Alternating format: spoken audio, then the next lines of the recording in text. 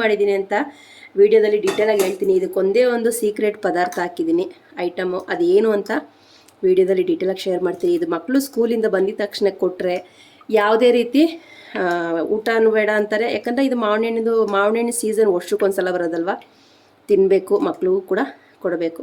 ಇದಕ್ಕೆ ನಾನು ಏನು ಮಾಡಿದೆ, ಯಾವ ರೀತಿ ಹಾಕಿದ್ದೀನಿ ಅಂತ ವಿಡಿಯೋದಲ್ಲಿ ಡೀಟೇಲಾಗಿ ಶೇರ್ ಮಾಡ್ತೀನಿ, ಬನ್ನಿ. ಇಲ್ಲಿ ನಾನು 4 ಮಾವಿನ ಹಣ್ಣು ತೊಗೊಂಡಿದ್ದೀನಿ. ತುಂಬ ಅಂದರೆ ತುಂಬ ಚೆನ್ನಾಗಿರುತ್ತೆ. ಇದಕ್ಕೆ ನಾನು ಒಂದು ಸೀಕ್ರೆಟ್ ಆಗಿರುವಂಥ ಪದಾರ್ಥನ ಹಾಕ್ತೀನಿ. ಆ ಪದಾರ್ಥ ಏನು ಅಂತ ನಿಮಗೂ ವಿಡಿಯೋದಲ್ಲಿ ಡೀಟೇಲಾಗಿ ಶೇರ್ ಮಾಡ್ತೀನಿ.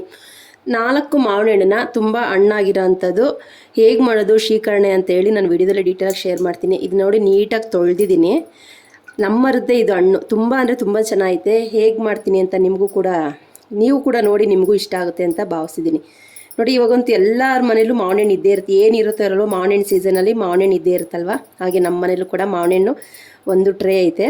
ಅದರಲ್ಲಿ ಏನು ಮಾಡೋದು ಅಂತ ಇವಾಗಂತೂ ಮಾವಿನ ಹಣ್ಣಿನ ರೆಸಿಪಿ ಒಂದು ಎಷ್ಟೊಂದು ಬರ್ತೈತೆ ಅಂದರೆ ತುಂಬಾ ಬರ್ತೈತೆ. ಇವಾಗ ನಾನು ಇದನ್ನು ಯಾಕೆ ಮಾಡ್ತಾಯಿದ್ದೀನಿ ಅಂದರೆ, ಅದನ್ನು ಹಾಕಿ ಪಾತ್ರೆಗೆ ಹಾಕಿ ಕಿವುಚೋದು ಅದು ಒಬ್ಬೊಬ್ರಿಗೆ ಇಷ್ಟ ಆಗೋದಿಲ್ಲ. ಅದಕ್ಕೋಸ್ಕರನೇ ಫಸ್ಟೇ ಹಣ್ಣು ತುಂಬ ಚೆನ್ನಾಗೈತೆ, ಎಲ್ಲೂ ಒಂದೇ ಒಂದು ಹುಳ ಕೂಡ ಇಲ್ಲ.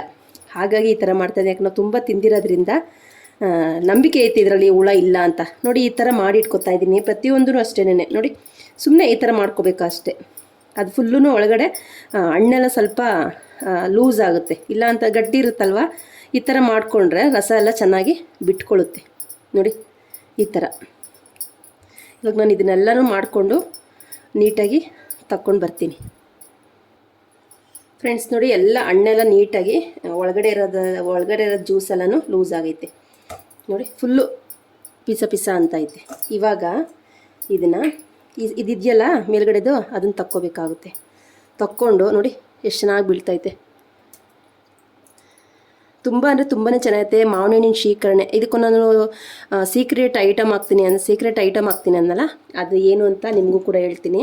ಈ ಥರ ಹಾಕಿ ನೀವು ಮಾಡೋದ್ರಿಂದ ಮಕ್ಕಳು ಸಂಜೆ ಸ್ಕೂಲಿಂದ ಬಂದಾಗ ಒಂದು ಬೌಲಲ್ಲಿ ಹಾಕಿ ಕೊಡೋದ್ರಿಂದ ಮಕ್ಕಳು ಕೂಡ ಇಷ್ಟಪಟ್ಟು ತಿಂತಾರೆ. ನೋಡಿ ಎಷ್ಟು ಚೆನ್ನಾಗಿ ಬಿಟ್ಕೊತೈತೆ. ಇದನ್ನು ನಾನಿವಾಗ 4 ಹಣ್ಣನ್ನು ತಕ್ಕೊಂಡು ನೀಟಾಗಿ ಸಿಪ್ಪೆನ ಸಪ್ರೇಟ್ ಮಾಡ್ಕೊಂಡು ಬರ್ತೀನಿ. ಫ್ರೆಂಡ್ಸ್ ನೋಡಿ, ಸಿಪ್ಪೆನೆಲ್ಲ ತೆಗ್ದಿದ್ದೀನಿ. ಇದು ವಾಟೆ ಇದೆಯಲ್ಲ, ಇದನ್ನೆಲ್ಲ ಸ್ವಲ್ಪ ನೀಟಾಗಿ ತೆಗಿಬೇಕಾಗುತ್ತೆ.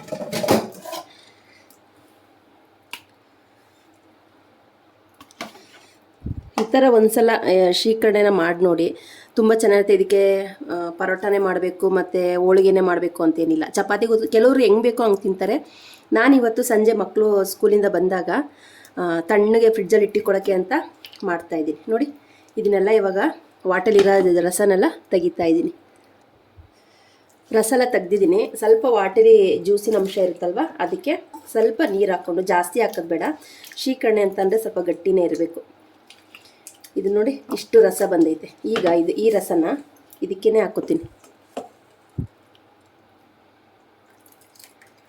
ಮಾವಿನ ಹಣ್ಣು ಸೀಸನಲ್ಲಿ ಈ ವರ್ಷ ಅಂತೂ ಎಷ್ಟು ಮಾವಿನ ಹಣ್ಣು ತಿಂದಿದ್ದೀವೋ ಲೆಕ್ಕನೇ ಇಲ್ಲ. ನೋಡಿ, ಎಷ್ಟು ಒಳ್ಳೊಳ್ಳೆ ಅಡುಗೆಗಳು ಮಾವಿನ ಹಣ್ಣಲ್ಲಿ. ಫಸ್ಟು ಬರೀ ಹಣ್ಣುಗಳನ್ನ ತಿಂತಾ ಇದ್ವಿ. ಇವಾಗ ಮಾವಿನ ಹಣ್ಣಲ್ಲೂ ಅಡುಗೆ ಮಾಡ್ಬೋದು, ತಿಂಡಿಗಳು ಮಾಡ್ಬೋದು, ಪ್ರತಿಯೊಂದು ಐಟಮ್ನು ನಾವು ಮಾವಿನ ಹಣ್ಣಲ್ಲಿ ಮಾಡ್ಬೋದು. ನೋಡಿ, ಇವಾಗ ಇದು ರೆಡಿ ಆಗೈತೆ. ಇಲ್ಲೊಂದು ಮಿಕ್ಸಿ ಬಟ್ಲು ತೊಗೊಂಡಿದ್ದೀನಿ. ಇದಕ್ಕೆ 1 ಬಟ್ಲಾಗುವಷ್ಟು ಹಸಿ ತೆಂಗಿನಕಾಯಿ ತುರಿ, ಹಸಿದೇ ಆಗಿರಬೇಕು, ಇವಾಗಷ್ಟೇ ತುರಿದಿರೋ ಅಂಥದ್ದು, ಫ್ರೆಶ್ ಆಗಿರುತ್ತೆ, ತುಂಬ ಚೆನ್ನಾಗಿರುತ್ತೆ. 2 ಏಲಕ್ಕಿಕಾಯಿ. ಇದನ್ನು ಫಸ್ಟು ಸ್ವಲ್ಪ ನೀರು ಹಾಕ್ಕೊಂಡು ಎಷ್ಟು ನೈಸ್ಗಾಗುತ್ತೋ ಅಷ್ಟು ನೈಸಿಗೆ ರುಬ್ಕೊಬರ್ತೀನಿ. ಫ್ರೆಂಡ್ಸ್ ನೋಡಿ, ತೆಂಗಿನಕಾಯಿ ಏಲಕ್ಕಿಕಾಯಿನ ರುಬ್ಕೊಂಡಿದ್ದೀನಿ. ಸೀಕ್ರೆಟ್ ಪದಾರ್ಥ ಅನ್ನಲ್ಲ, ಯಾವ್ದು ಗೊತ್ತಾ, ಇದೆ ಕಸ್ಟರ್ಡ್ ಪೌಡ್ರು. ಈ ಪೌಡ್ರ್ ಹಾಕೋದ್ರಿಂದ ಆ ಮಾವಿನ ಹಣ್ಣು ಶೀಕರಣೆಗೆ ಒಳ್ಳೆ ಟೇಸ್ಟ್ ಕೊಡುತ್ತೆ, ಮತ್ತು ಕಲರ್ ಕೂಡ ಅಷ್ಟೇ ಚೆನ್ನಾಗಿರುತ್ತೆ. ಮಾವಿನ ಹಣ್ಣಿಂದು ರುಚಿ ಮತ್ತು ಈ ಕಸ್ಟರ್ಡ್ ಪೌಡ್ರದ್ದು ಪರಿಮಳ ಎರಡೂ ಸೇರಿ ತುಂಬ ಅಂದರೆ ತುಂಬಾ ಚೆನ್ನಾಗಿರುತ್ತೆ. ಮಕ್ಳಿಗಂತೂ ತುಂಬ ಇಷ್ಟ ಆಗುತ್ತೆ. ಇದಕ್ಕೆ ನಾನು 1ರಿಂದ ಜಾಸ್ತಿ ಹಾಕೋದು ಬೇಡ, 1.5 ಸ್ಪೂನಷ್ಟು. ಇದೇ ಮೇನ್ ಸೀಕ್ರೆಟ್ ಪದಾರ್ಥ ಅಂದಿದ್ದು. ಇವಾಗ ಇದನ್ನು ಮತ್ತೆ ನೈಸಿಗೆ ರುಬ್ಕೊಂಡು ಬರ್ತೀನಿ. ಕಸ್ಟರ್ಡ್ ಪೌಡ್ರು, ತೆಂಗಿನಕಾಯಿ, ಏಲಕ್ಕಿಕಾಯಿನ ರುಬ್ಕೊಂಡಿದ್ದೀನಿ. ಈ ಟೈಮಲ್ಲಿ ಸಿಹಿಗೆ ಬೆಲ್ಲ ಹಾಕ್ತಾಯಿದ್ದೀನಿ. 2ರಿಂದ 3 ಸ್ಪೂನಷ್ಟು ಬೆಲ್ಲದ ಪುಡಿನೇ ಹಾಕಬೇಕಾಗುತ್ತೆ. ಸಕ್ಕರೆ ಎಲ್ಲ ಇದಕ್ಕಾಗೋದಿಲ್ಲ. ಬೆಲ್ಲ ಹಾಕಿ ಮತ್ತೆ ಇದನ್ನ ನೈಸು ರುಬ್ಕೋತೀನಿ. ಫ್ರೆಂಡ್ಸ್ ನೋಡಿ, ಇದನ್ನು ನೈಸಿಗೆ ರುಬ್ಕೊಂಡು ಬಂದಿದ್ದೀನಿ. ಬೆಲ್ಲ, ತೆಂಗಿನಕಾಯಿ, ಏಲಕ್ಕಿಕಾಯಿ ಮತ್ತು ಮೇನ್ ಕಸ್ಟರ್ಡ್ ಪೌಡ್ರು ಹೀಗೆ ಕೂಡ ಹಾಕ್ಬೋದು. ನಾನು ಇದನ್ನು ಹಾಲನ್ನ ತೆಗೆದು, ದಪ್ಪ ಹಾಲನ್ನ ತೆಗೆದು ಮಾವಿನ ಹಣ್ಣಿಗೆ ಹಾಕ್ತೀನಿ. ಆವಾಗ ತುಂಬ ಚೆನ್ನಾಗಿರುತ್ತೆ. ತೆಂಗಿನಕಾಯ್ದೆಲ್ಲ ಹಾಕಿದ್ರೆ ಏನಾಗುತ್ತೆ ಅಂದರೆ ಅದು ಕುಡಿಬೇಕಾದ್ರೆ ಬಾಯಿಗೆ ಸಿಕ್ತಂಗೆ ಆಗುತ್ತೆ. ಹಾಗಾಗಿ ಇದ್ರದ್ದು ರಸನ ತಕ್ಕೋತೀನಿ. ನೀರು ಹಾಕೋದು ಬೇಡ, ನೀರು ಹಾಕ್ತೇನೆ ದಪ್ಪ ಹಾಲನ್ನ ತೆಗಿಬೇಕಾಗುತ್ತೆ. ನೋಡಿ, ತುಂಬ ನೀರು ಹಾಕಿದ್ರೆ ಚೆನ್ನಾಗಿರೋದಿಲ್ಲ ಶೀಕರಣೆ. ಹಾಗಾಗಿ ಸ್ವಲ್ಪ ಗಟ್ಟಿ ಹಾಲನ್ನೇ ತಕ್ಕೋತೀನಿ. ಇದನ್ನು ನೀಟಾಗಿ ಅದರಲ್ಲಿರೋ ರಸ ಎಲ್ಲ ಬಿಡಬೇಕು. ಇದಕ್ಕೆ ಮತ್ತೆ ಜಾಸ್ತಿ ನೀರು ಹಾಕೋದು ಬೇಡ, ಯಾಕಂದರೆ ನಾವು ಶೀಕರಣೆ ಮಾಡ್ತಾ ಇರೋದ್ರಿಂದ ಗಟ್ಟಿ ಇರಬೇಕು, ತೆಳ್ಳಗಿರಬಾರ್ದು. ಫ್ರೆಂಡ್ಸ್ ನೋಡಿ, ಒಂದು ಸ್ಪೂನ್ ಸಹಾಯದಿಂದ ಈ ಥರ ಚೆನ್ನಾಗಿ ಹಿಂಡಬೇಕು. ತೆಂಗಿನಕಾಯಲ್ಲಿರೋ ನೀರು ಹಾಲಿನ ಅಂಶ ಎಲ್ಲ ಬರಬೇಕು. ನೋಡಿ ಎಷ್ಟು ಗಟ್ಟಿ ಹಾಲು ಸಿಕ್ತು. ನಾನು ಇದಕ್ಕಿಂತ ನೀರು ಹಾಕಿಲ್ಲ.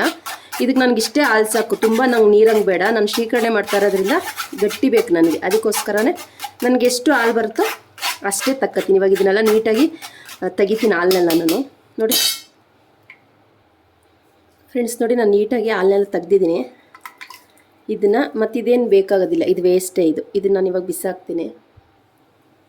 ಫ್ರೆಂಡ್ಸ್ ನೋಡಿ, ಇದು ಮಾವಿನ ಹಣ್ಣಿ ನಾವು ರಸ ತೆಗೆದಿಟ್ಕೊಂಡಿದ್ವಲ್ಲ, ಅದು ವಾಟೆ ತೆಗ್ದಿದ್ದು ನೀರನ್ನು ಕೂಡ ನಾನು ಇದಕ್ಕೆ ಹಾಕಿದ್ದೀನಿ. ಇಷ್ಟು ಗಟ್ಟಿ ಇರಬೇಕು, ತುಂಬ ನೀರಂಗೆ ಮಾಡ್ಕೋಬಾರ್ದು. ಇದನ್ನ ಚೆನ್ನಾಗಿ ಮತ್ತೆ ಸ್ವಲ್ಪ ಮ್ಯಾಶ್ ಆಗಬೇಕು. ಎಲ್ಲ ನೀರು ಸಪ್ರೇಟು ಮತ್ತು ಹಣ್ಣು ಸಪ್ರೇಟ್ ಇರಬಾರ್ದು.